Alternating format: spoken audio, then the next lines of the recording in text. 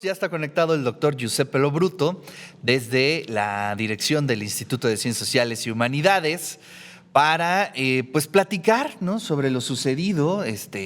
Nos despertamos en este año, el día, bueno, sí, el día 1, pero el día 2 con temblores, pero más tarde con una nota que pues sin duda alguna es un paradigma en la política internacional, esta invasión, bueno, pues sí, de Estados Unidos en Venezuela, en donde se captura a Nicolás Maduro.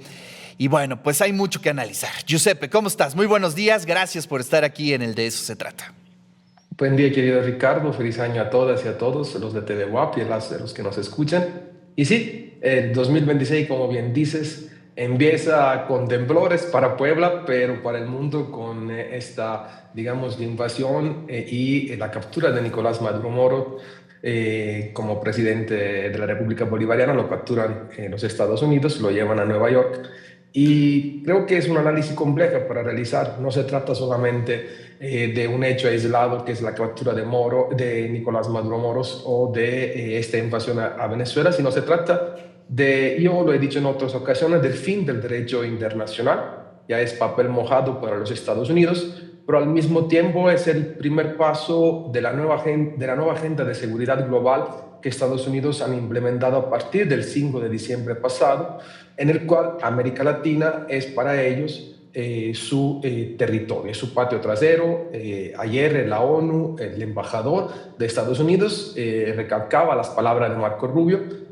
Nosotros somos los dueños del hemisferio occidental y por nuestros intereses haremos las acciones necesarias para protegernos. Imagínense la retórica en la cual en Naciones Unidas se comenta todo ello, pero sobre todo hay que entender el por qué Estados Unidos tienen en la mira a Venezuela, el país, uno de los países más ricos del mundo en recursos de hidrocarburos y sobre todo con muchos recursos naturales en la franja del Orinoco. Así es. A ver, Giuseppe, vamos a empezar a contextualizar un poco, ¿no? Como para que la audiencia entienda los porqués o los posibles porqués, ¿no? Desde hace ya varias semanas antes habíamos tocado el tema, inclusive, ¿no?, aquí en el programa, en donde había una serie de narrativas de Estados Unidos, pues, específicamente de Trump, señalando a Maduro como pues prácticamente un jefe de un cártel, ¿no? Y que pues lo estaban orillando prácticamente Estados Unidos a tomar acciones, ¿no? Creo que esta fue una de las primeras narrativas, ¿no?, que se empezó a construir, que se empezó que empezó a penetrar en la opinión pública, y por ahí hasta creó una especie de cártel, ¿no?, que venía de Venezuela, y todo eso se fue construyendo, como ya bien lo sabe hacer Trump, para crear su argumentación para la acción, ¿no? Creo que esto es un poco de lo primero que tenemos que explicar, Giuseppe. Sí, es una narrativa que no es nueva para Estados Unidos. Acuérdense lo que pasó en el 2020, en el 2001, perdón, cuando el entonces George W. Bush hizo la invasión en Irak y luego en Afganistán. Y en Irak, acuérdense que decían que tenían armas de destrucción masiva y al final no hubo nada. La misma narrativa se está utilizando hoy, se utilizó con Venezuela y con Maduro, como bien comentabas, en el cual se pintó a Maduro como el líder de un cártel, el supuesto cártel de los soles, que era el cártel que traslada toda la droga a Estados Unidos. Aquí habría que hacer un análisis. La droga no llega claramente de Venezuela. Venezuela no produce nada de fentanilo, ni siquiera es un país fronterizo con Estados Unidos. Y yo creo que los intereses de Trump son específicos, son el petróleo y los hidrocarburos. Pero al mismo tiempo, Trump tiene un acuerdo con las empresas de Estados Unidos en el cual había prometido las empresas petroleras el petróleo de Venezuela en su campaña electoral. El tema del petróleo, querido Ricardo, es fundamental, que está, digamos, aunado a esta narrativa que tú bien comentas. Acuérdense que Venezuela es, junto a Irán, el país que más petróleo vende a China, y en el estrecho de Hormuz que es fundamental, es un checkpoint para China, donde pasa la gran cantidad de petróleo que llega a China, hoy potencia indiscusa a nivel global. Entonces, aquí hay que analizar por qué los Estados Unidos agarran a Maduro y el régimen sigue adelante. Delcy Rodríguez ha sido ratificada ayer como presidente de la República Bolivariana. Segunda pregunta, ¿qué pasa con el Consejo de Seguridad de la ONU, con la ONU, con el sistema multilateral? Tercera pregunta, ¿cuáles serán las próximas, los próximos pasos de Trump? ¿Hará una invasión de Groenlandia? También tiene intereses en la mira Tierra del Fuego, donde hay también muchos recursos naturales, y ha amenazado a Colombia, ha amenazado a México, ha amenazado a Irán, y amenaza a cualquier país que se interponga en su estrategia e interés de, liderar y de gobernar el mundo a su manera.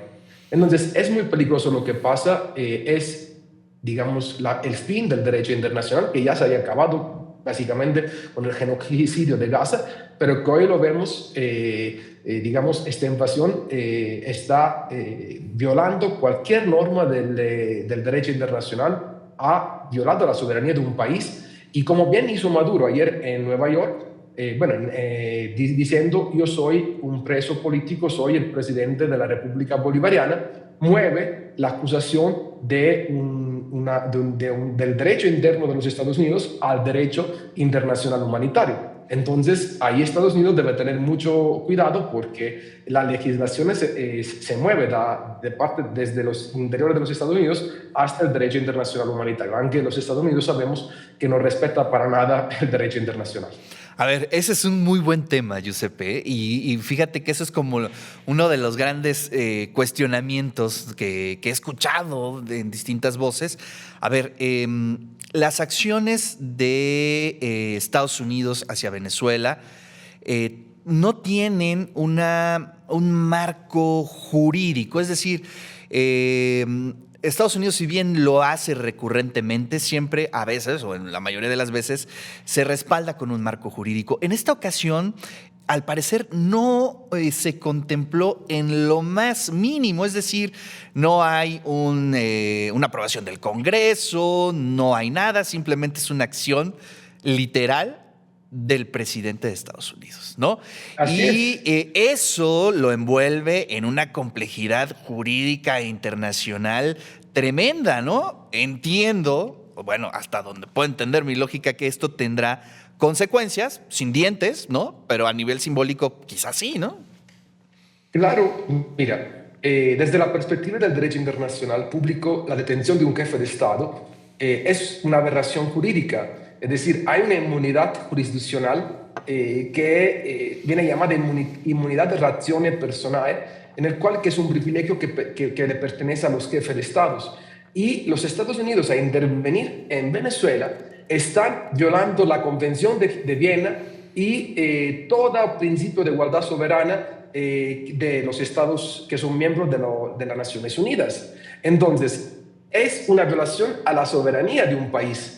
Esto es gravísimo. No hubo ni siquiera Estados Unidos internamente, ni siquiera hubo un permiso una autorización por parte del Congreso. Esto tiene consecuencias internas importantes, pero al mismo tiempo, lo que más llama la atención es la estrategia mismo de Nicolás Maduro al rechazar cualquier acusación de jefe de narcotráfico, al considerarse el mismo jefe de Estado, presidente de la República Bolivariana y preso político y secuestrado por parte del gobierno de los Estados Unidos, mueve, este juicio de una cuestión interna a una cuestión de derecho internacional público.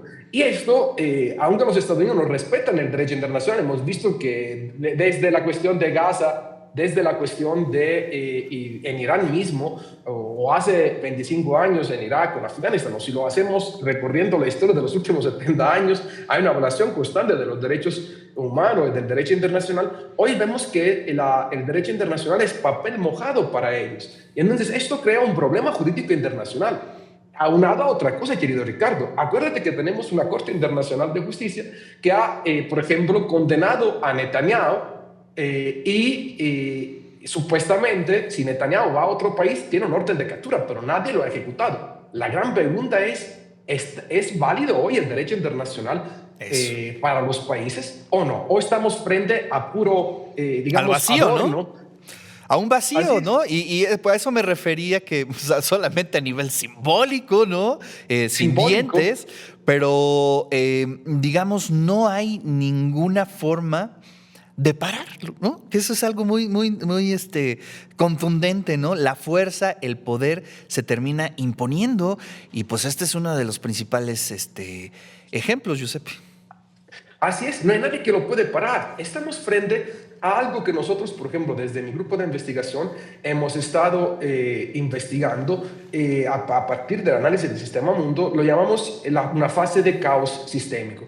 ¿Qué significa eso, querido Ricardo? El caos sistémico se da cuando hay una transición hegemónica y según Arrighi y Beverly Silver lo hemos vivido a lo largo de la historia diferentes veces. La última vez fue en el cambio entre Inglaterra y Estados Unidos como potencia hegemónica que se dio a principio del siglo XX hasta el final de la Segunda Guerra Mundial. Las dos guerras mundiales pueden ser consideradas como, digamos, las guerras que hicieron que Estados Unidos al final a cabo se erige como potencia hegemónica. Eso que comportó, querido Ricardo, más de 70 millones de muertos si consideramos las dos guerras, y bueno, un mundo dividido en dos bloques, la creación de un sistema multilateral, pero bueno, en cada transición hegemónica hay un momento de caos sistémicos. En este caos sistémico, ¿qué vemos? ¿Qué se observa? Se observa una inestabilidad y una anarquía en las relaciones internacionales, en lo que vivimos hoy.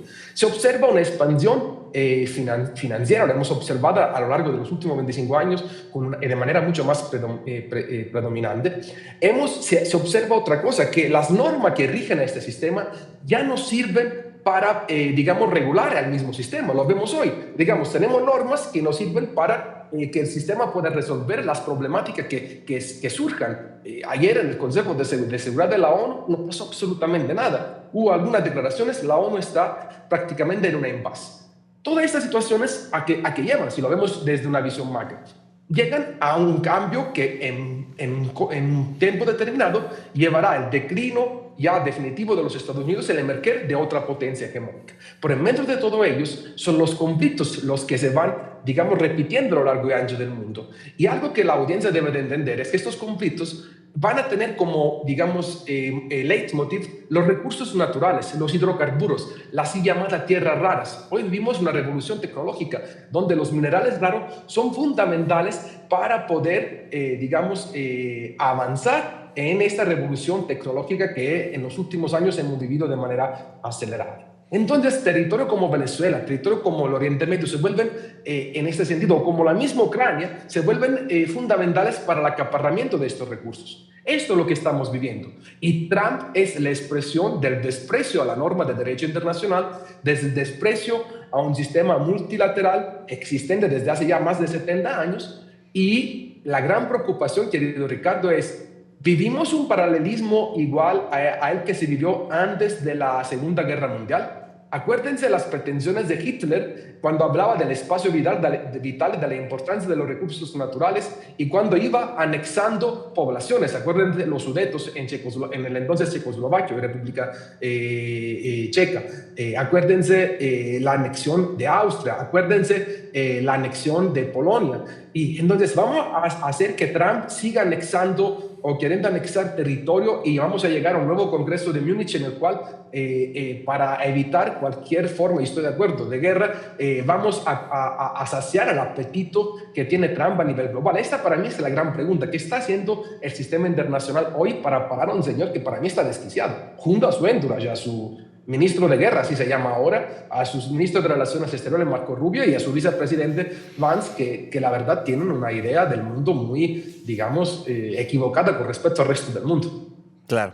Bueno, a ver, ahora vayamos hacia las consecuencias, Giuseppe. Bueno, ya está Nicolás Maduro en las audiencias, ¿no? Digamos, ahí se resolverá ese tema.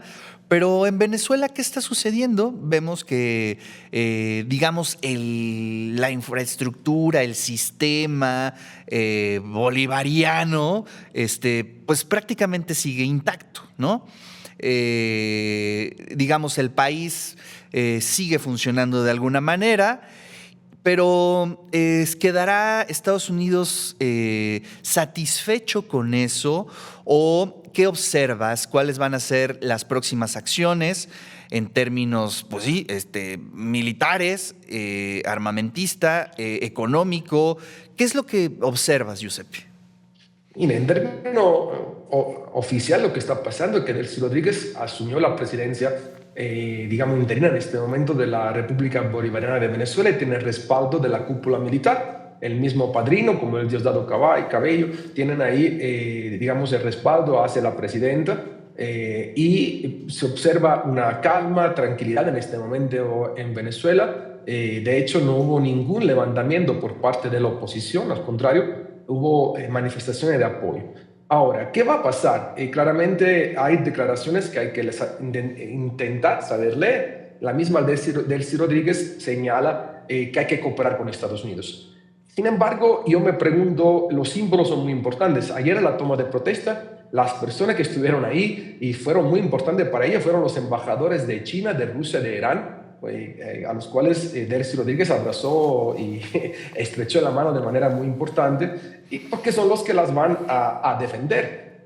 Digamos, Trump ahora en este momento tiene un problema enorme, en mi opinión. China tiene préstamos millonarios en Venezuela, miles de millones de dólares que no son de ahora. ¿Creen que China va a dejar eso?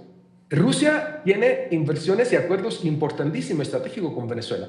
¿Van a dejar que Trump avance en eso? Yo no creo en lo personal que Venezuela puede ser una moneda de cambio con respecto al ajedrez mundial. Al contrario, creo que en este momento la captura de Maduro puede haber bajado las tensiones, la presión que se estaba verificando, pero ahora hay que ver cómo Delcy Rodríguez en los próximos meses ejercerá este mandato. Y hay que ver si se llega a elecciones pronto.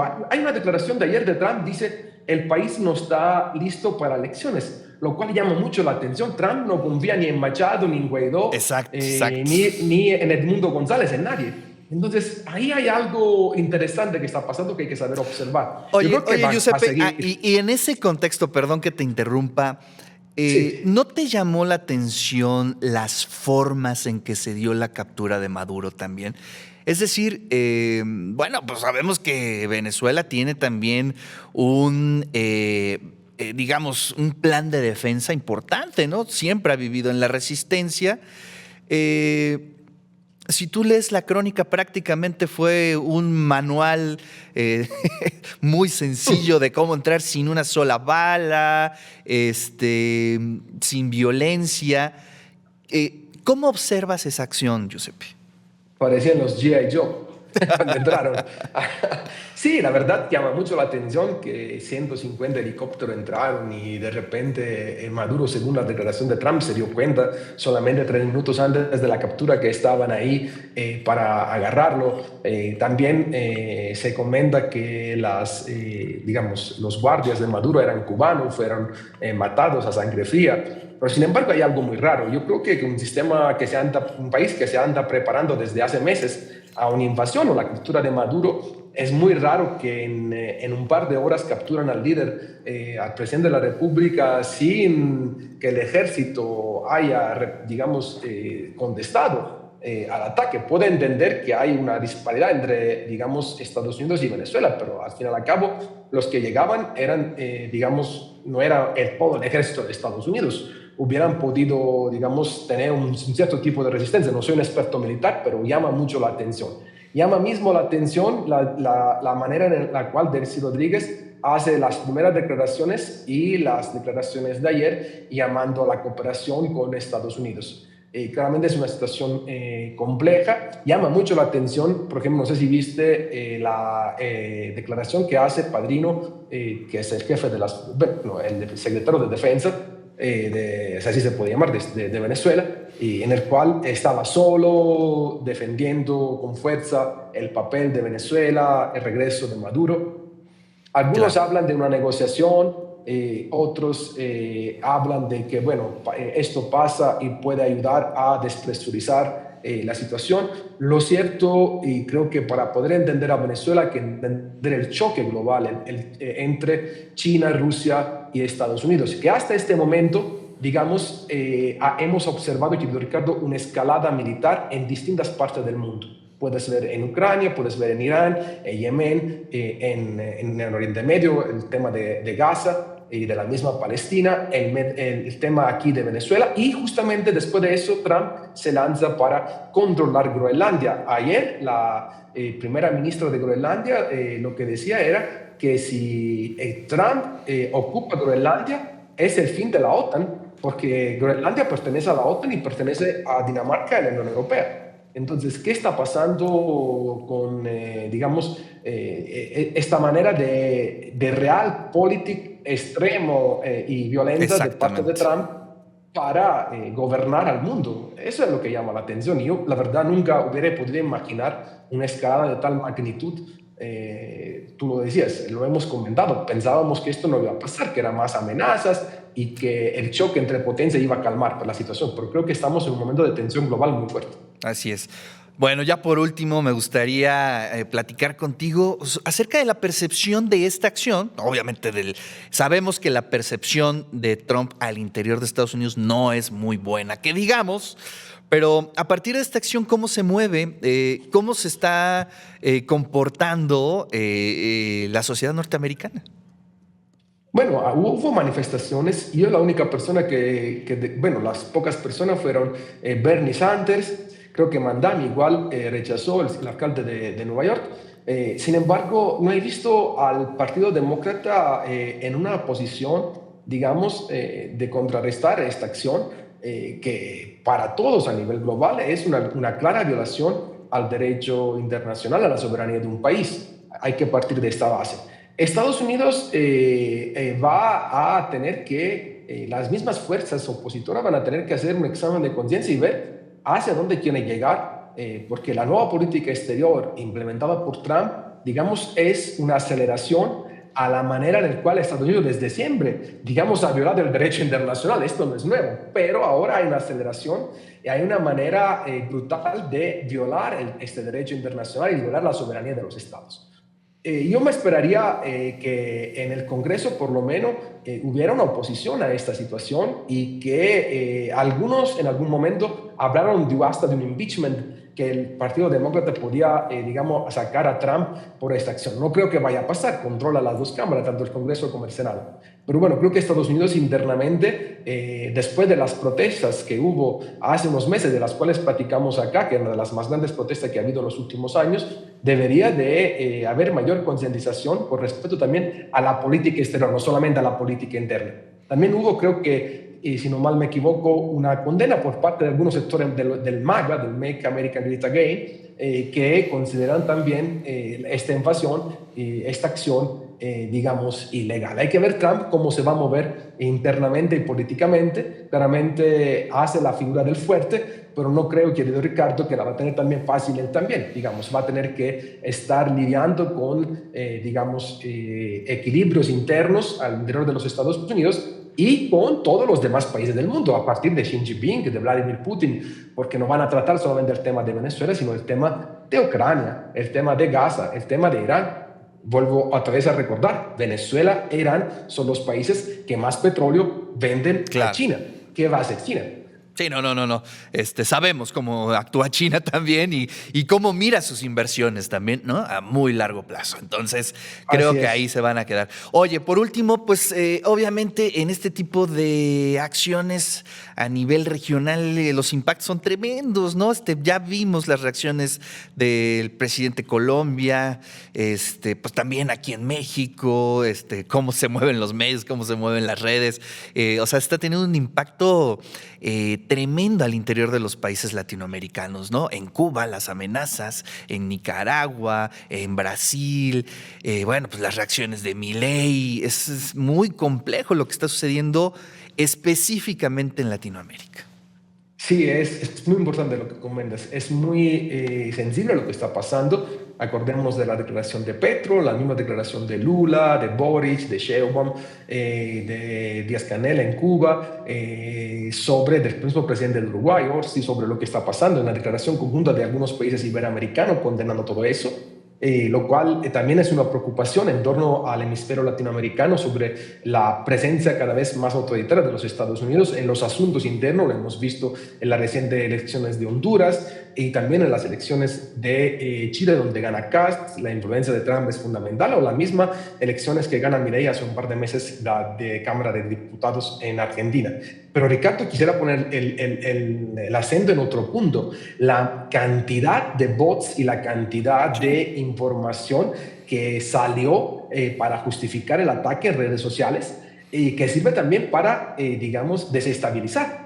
Eso me llama mucho la atención. Si tú ves, las redes sociales están, después del ataque, inundaron para justificar esta acción. Hoy, como más que nunca, vemos el uso de los social media, el uso de las redes sociales como un uso también político para distorsionar la opinión pública sobre un acontecimiento que desde, digamos, el orden jurídico internacional es una violación a un Estado soberano. Más allá de las filas y fobias que podamos tener con Maduro, pero es una violación. Entonces, esto a mí es lo que me llama la atención, y cómo los social media van a jugar cada vez más un papel determinante en la percepción, en la construcción de conciencia de los ciudadanos a lo largo y ancho del mundo, no solamente en América Latina. Sí, pues es el centro prácticamente, ¿no? Es decir, digamos, es el punto de encuentro, ¿no? Entre las distintas posturas, donde se dan las batallas narrativas. Bueno, el mismo presidente Trump hace las declaraciones a partir de su propia red social. Es muy interesante para tesis, ¿no? Para hacer una gran investigación sobre lo que está sucediendo en las redes sociales.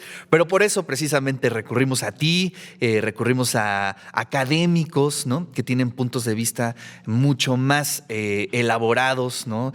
Y que puedan ayudarnos a entender qué es lo que está sucediendo en Venezuela y, bueno, pues las repercusiones que tendrá seguramente en todo Latinoamérica. Giuseppe, te agradezco muchísimo. Ahora extendimos un poco más la columna porque era importante que lo pudiéramos explicar más a fondo lo que está sucediendo. No, yo agradezco a ustedes. Es un tema muy importante que tendrá repercusiones en los próximos días, semanas, y que vamos a tocar bajo otros puntos de vista, como tú bien decías al principio de este programa. Y cuenten conmigo, vamos a seguir todo este año, los que vienen, siguiendo analizando lo que pasa en América Latina, en México, en el mundo, porque hay que informar, hay que analizar estos hechos, porque también nos impactan a nosotros como ciudadanos. Les mando un fuerte abrazo desde el Instituto de Ciencias Sociales y Humanidades. Que nos dan de estas noticias feas, noticias que nos ponen también preocupados por cómo va el mundo. Les deseo un feliz año que sea lleno de salud, sobre todo de paz y prosperidad para todas y todos. Y bueno, desde la UAP vamos a seguir analizando estos temas, y gracias siempre por la posibilidad de poder estar con ustedes todos los martes. No, al contrario, muchas gracias, Giuseppe. También te mandamos un gran abrazo a toda la comunidad del instituto, y nos vemos la semana siguiente por acá. Claro que sí. Chao, un abrazo. Bye.